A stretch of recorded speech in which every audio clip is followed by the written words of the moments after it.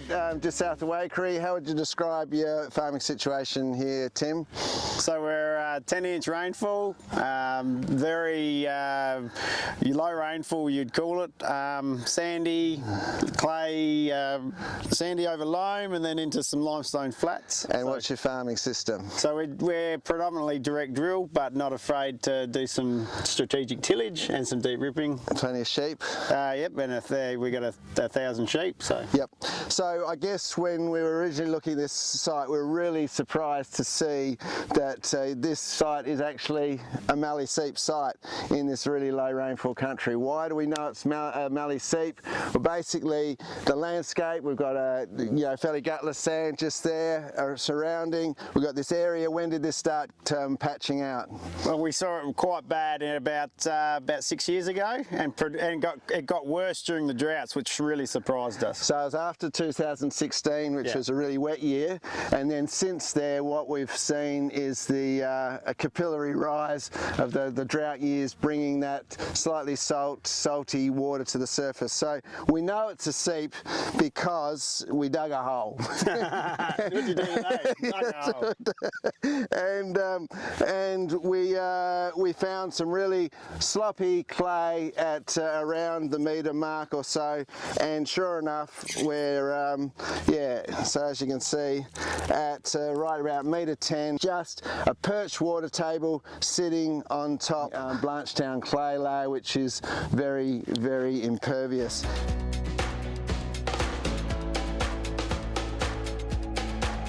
So the question is, how do we manage a seep situation like this, where we've got we've tested the water there. It's only about 3.3 decisiemens per metre, or about 2,000 parts per million. So it's reasonably fresh, but it's still causing this problem of the salt rising to the surface and evaporating and causing this seep scald. So what we did here was we just brought in some sand. We probably put about 10 to 15 centimetres of sand there, and as you can see, like in the seep area where we put this strip of sand, it grew a really good wheat crop. How did you get the sand here and cover the ground here? So what we did, we had a neighbour with a laser bucket, and he grabbed it off some of the low fertility hill, and he grabbed the sand and just spread it over here in 2 passes. It was actually 2 different depths of sand that we wanted to try, and it just seems to change enough salt, the salty layer. It just allows the crop to get going,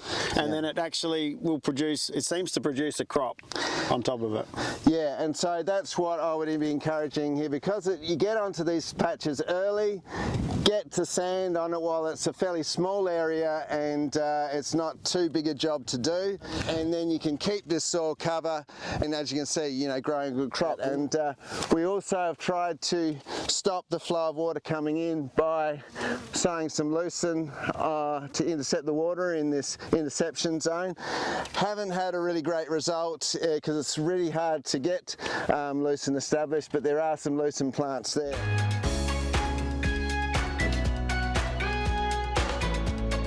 So I have a question for you, Chris, could this system be actually fixed with spreading stubble over the top, I suppose, in terms of bales of straw or anything like that? Because I've seen this year with chaff dumps on hard country, the crop 100 times better. Yes. Can you stop the evaporation and the salt lifting to the surface with straw? The thing that the straw will do is will reduce the evaporation, but it's nothing like where you're actually growing a perennial plant like your lucerne, which is actually drawing the moisture from the root zone and stopping that slightly salty water getting to the surface, leaving the surface, the salt behind. So yes, it will help, but what we see is you need to dry out this water to perched water table, and the only thing that we know will do that well is your lucerne that will achieve that. Or if you decided to box it out with some saltbush and stuff, that's fine, but then that creates, you can't sow through and round it, or you have to go around it. So. I would probably fence it off, but you could interroll with lucerne too. Like there's every opportunity to. That's where a lot of guys don't do anything interroll of saltbush. So yeah, if it was my place, I would put saltbush in here, but it would be a select thing for sheep, because because at the moment this country isn't growing anything else at the moment. Yeah. Very much anyway. Yeah, and you've tried some deep ripping and stuff, haven't you? Yeah, yep, we deep ripped the hill up there. Yeah, so that alone is not going to be enough to stop the water that's coming into here. Can't use enough of the water.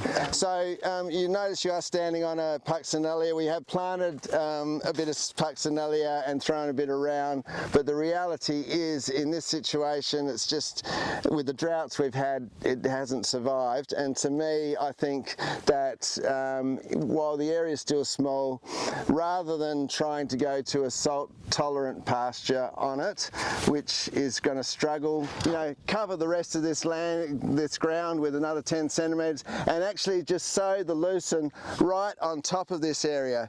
So we know that the lucerne will grow, it'll get its toes straight into the water, dry out that water table and keep it going. Yes, if you can get some growing up the slope a little bit too, that would be good. But in these low rainfall areas, to keep the lucerne going, if it's getting straight into this perch water table, that will be good.